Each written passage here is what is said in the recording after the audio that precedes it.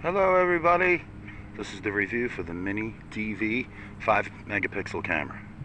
Hello and welcome to the Seaman Nation review of the Mini DV 5 megapixel camera. Now we just got this baby on Amazon and it goes for about 10 bucks. And I have to say that for a $10 camera this is really quite good.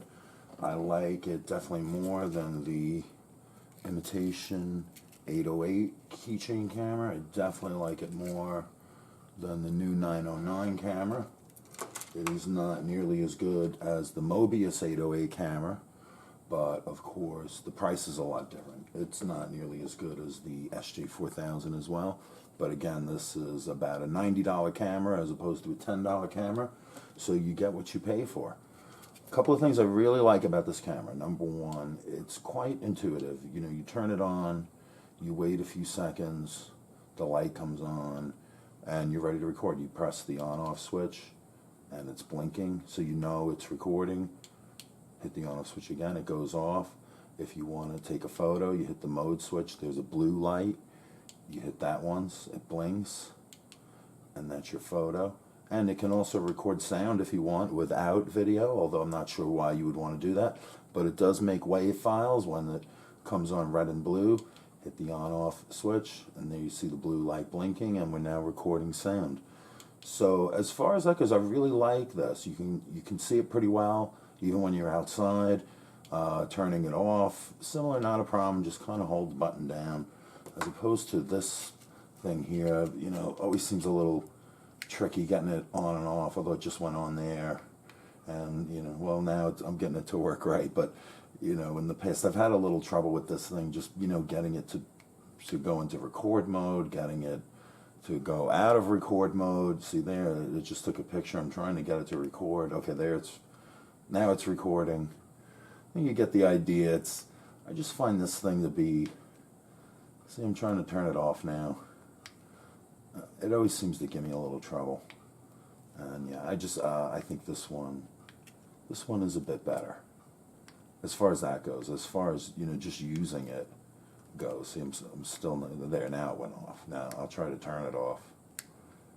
I kind of have a similar trouble with it. As you saw with this one, I was just able to get it on, get it off, get it to record. The only thing I can really say about this is, as far as a drone camera, maybe it's not the best, because it kind of has it's a narrow lens. It's the opposite of a wide angle lens. It almost seems like there's a little zoom on there, and you'll see in some of the test shots that the area that you get in an action camera is just much wider than this. But for situations though where you may want to get a little closer, this might be good. It's definitely a good thing to have. I think it's good as a gift. It certainly is cheap enough and light enough that you can attach it to a drone or a rocket, or anything else that you might want to attach a camera to, where you don't want to spend a lot of money, but you want to get a picture. The picture's decent. Holding the camera steady, nearly impossible.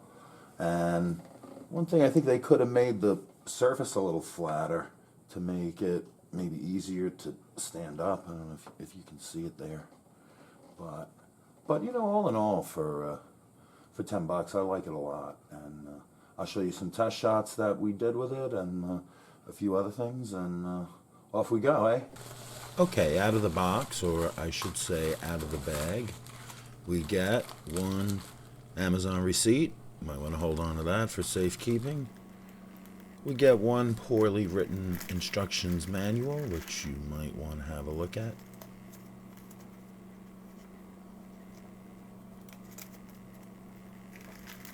We get one lanyard, which I won't be using because I'm going to attach this to a drone or attach it to something else, so anything that would make it heavier, but might use that for something else. We get one very short USB cable. This is for both transferring data and charging. And we get the Mini DV 5 megapixel camera itself. As you can see, it's very small. It's made of plastic.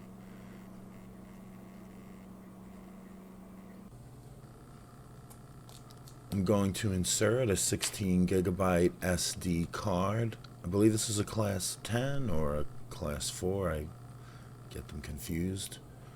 This is the spring-loaded type. You need to push the SD card in with your nail or with a pen or maybe something sharp and get it to click in. When you hear it click, that lets you know that it's in position and it's ready to start recording. Before you should use the camera, charge it up. Plug the USB cable into a USB port first, then charge the camera into the USB cable. Whoops, I've dropped this thing a few times and it's still working, so that's good. I haven't dropped it off a building, but it seems to be fairly durable. After charging it for a few hours, here's the first shot. The only thing I don't like more than a time code is the wrong time code. And the picture is a little bit choppy, I guess to be expected for this price range camera. Luckily, fixing the time and date stamp is pretty easy. You just access this text document and you'll see a default date and just change the numbers that you need to change without disturbing any of the other artifacts in the document. Save the document. And at least if you have to have a time and date stamp on there, it will be the right time and date. At the weigh-in, this mini DV comes in at a little over 13 grams, which is just slightly heavier than this imitation 808 camera. It's much lighter than the Mobius 808 camera at almost 45 grams, and the SJ4000 camera at 60 grams cannot be flown with the X5C. As you see here, I strapped the mini DV to the side of the X5C to try to get some test shots, and good news is the camera had, the X5C has no trouble lifting the weight of this camera. Because it is not a wide angle camera, it's really not optimum for this kind of use. You get a narrow field if you may want that for certain things, but I think for drone applications it's a little bit narrow.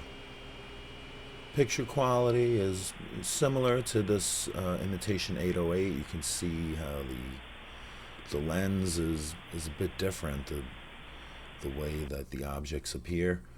I then attached the mini DV to the bottom as you would a rocket to see how high up I could get, see what kind of image I could get. Again, it's the narrow field kind of makes it not really optimum for this kind of use.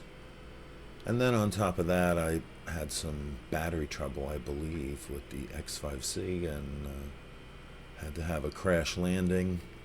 Landed in some high trees here. Luckily no one was hurt.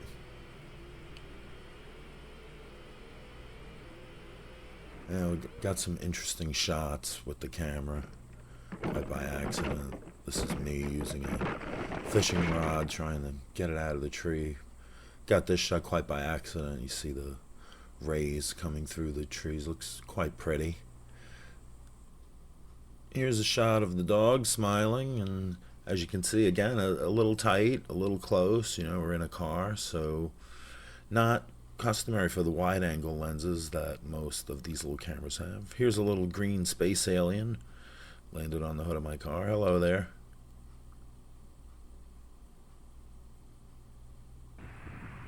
If you put the camera on something flat, it will perform much better, as any camera will, but particularly this camera because of the zoom lens. Here's a camcorder shot. You see the lighthouse nicely framed up, and here is the mini DV from the same exact spot. You see the amount of picture that you get is a lot smaller. Here is a dash cam test. On the bottom left hand corner you have a camcorder. On the top left hand corner it's the SJ4000 Action Cam, and on the right hand side is this mini DV cam.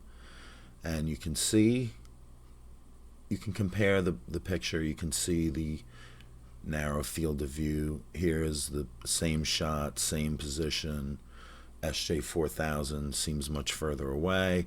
Mini DV cam seems like you're right there.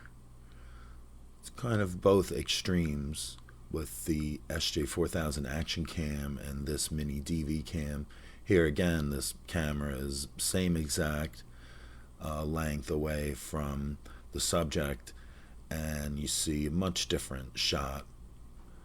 Colors are a little bit less vibrant, but as you can really see holding, it still is very difficult because of its small size, because of the zoom lens, the combination of those two things.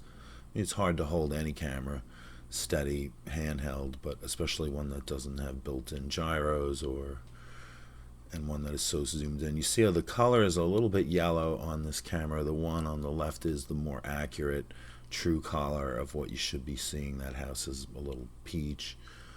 And here again is a comparison shot of the two extreme angles, the zoom on the Mini DV, the extreme wide angle on the SJ4000. And just kind of neat to look at this, how you see how that building and the ones on the right hand side looks like it's very close, and on the left hand side it looks like it's very far away.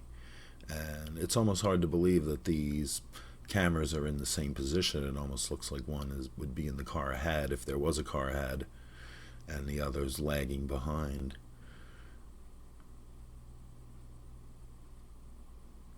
You see how this vehicle looks so much closer to us than the image on the left-hand side. What's really noticeable is how much sky we see on the SJ4000. Almost the top half of the picture is all sky, and on this Mini DV cam we don't see the sky at all. Completely different view. Maybe good for certain applications. I like in this shot, it looks like we're going to run this guy over, but in actuality we're nowhere near close to him. But you see how it looks like we're actually came close to hitting him there, but not the case. I'm a very good driver.